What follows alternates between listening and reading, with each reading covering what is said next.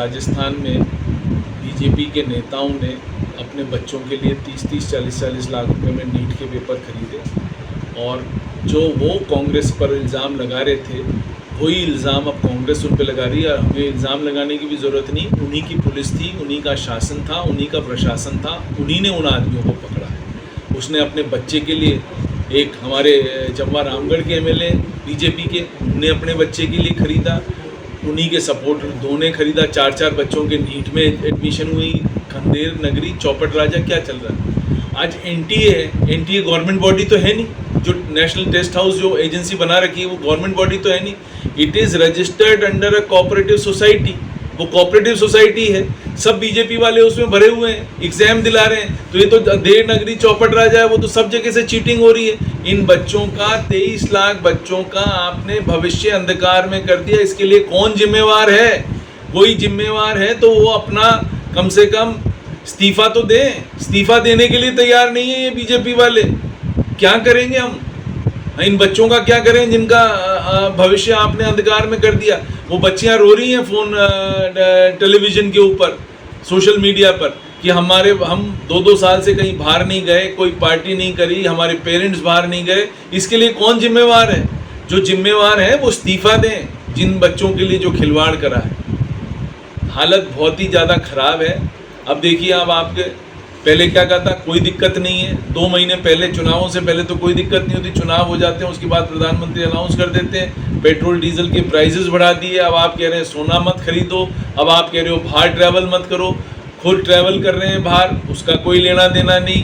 कभी chief minister कहता है मैं तो 2 गाड़ियों से घूम रहा हूँ, और चीफ मिनिस्टर दर्शन करने के लिए, भगवान जी के दर्शन करने के लिए हेलीकॉप्टरों में घूम रहे हैं, कहीं हेलीकॉप्टरों स्वेरिंग इन सेरेमनी में जा रहे हैं। तो इसमें क्या डीजल पेट्रोल खर्च नहीं हो रहा है?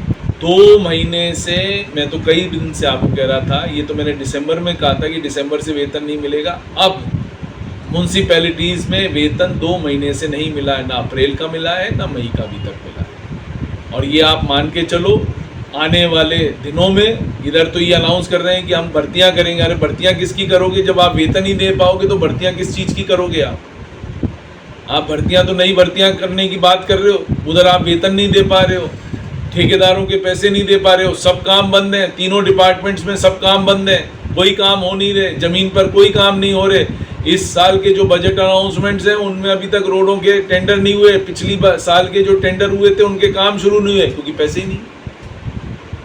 हालत ख़राब है। अंधेर नगरी चौपट राजा है राजस्थान में, और इस राजस्थान में पब्लिक सब देख रही है। इनको मुंह तोड़ जवाब अगले 2 साल में ऐसा मिलेगा कि इस बीजेपी का नामो निशान राजस्थान से मिट जाए। कि सरकार ने जो पक्ष रखना चाहिए था सरकार की तरफ से, वो पक्ष ही नहीं रखा। अब ये क्या कर रहे हैं, कल से ये ट्रैक्टरों को पकड़ रहे हैं और उनसे कह रहे हैं GPRS लगा लो। अरे मैं खेती में अपना ट्रैक्टर यूज़ कर रहा हूँ, उसमें मैं क्यों GPRS 5000 का लगा लूँगा?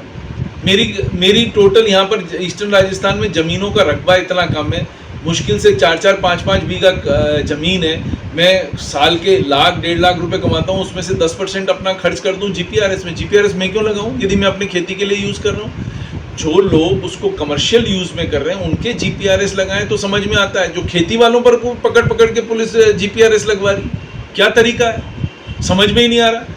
ये देखिए, सुप्रीम कोर्ट ने जो ऑर्डर दिया है, यदि राजस्थान सरकार उसका पक्ष ढंग से रखती तो ये हालत ही नहीं होती।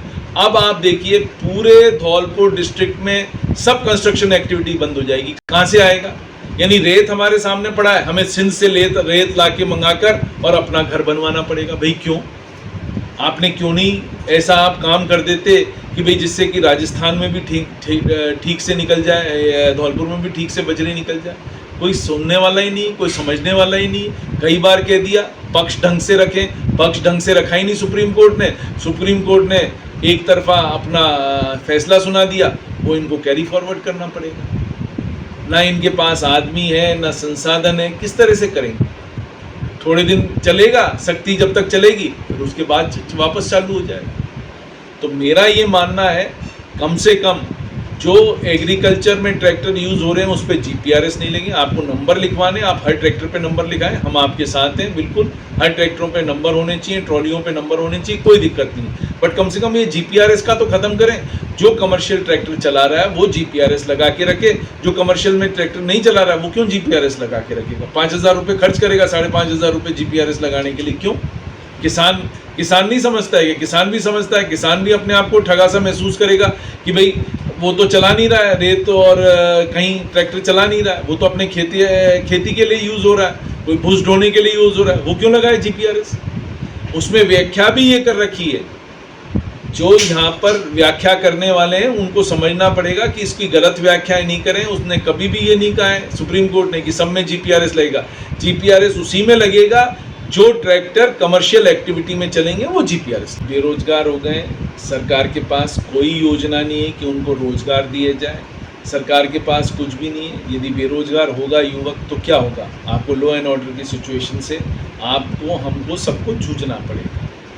सरकार के पास कोई प्रोग्राम नहीं है कि किस तरह से ये रोज़गार जो उन्होंने ख़त्म करा है, वहाँ से जो जिनका रोज़गार ख़त्म हुआ वो बेरोज़गारों को किस तरह से वो नौकरी देंगे। कोई प्रोग्राम है?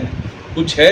कुछ भी नहीं है। एक तुगलकी फरमान है जो जारी करता है क्या, वो बेचारा किस तरह से अपना घर चलाएगा, किस तरह से अपनी रोजी रोटी चलाएगा, उसका इनके ऊपर कोई असर नहीं। तो मैं ये कहना चाहूँगा कि सरकार को सोचना समझना चाहिए, पैरवी ढंग से करनी चाहिए, जिससे कि कम से कम ये इस बजरी जो खनन कर रहे थे उन लोगों को जो प्रॉब्लम आ रही है उसको सेव करा जाए। अब आप वहाँ का हाल देख लीजिए, सरमतरा का।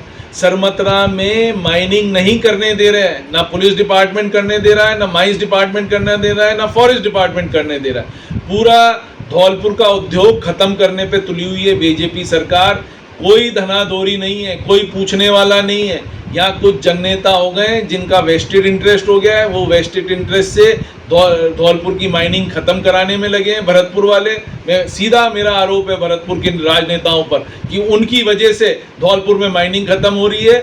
यदि वो चाहें तो धौलपुर में माइनिंग चालू हो जाएगी, वो नहीं चाह रहे, नहीं तो 1-1.5 साल का इंतजार और कर लें, फिर तो हम चालू करा ही देंगे। और जिनने ये काम कराया उनके खिलाफ इंक्वायरी भी कराएंगे कि ये क्यों कराया।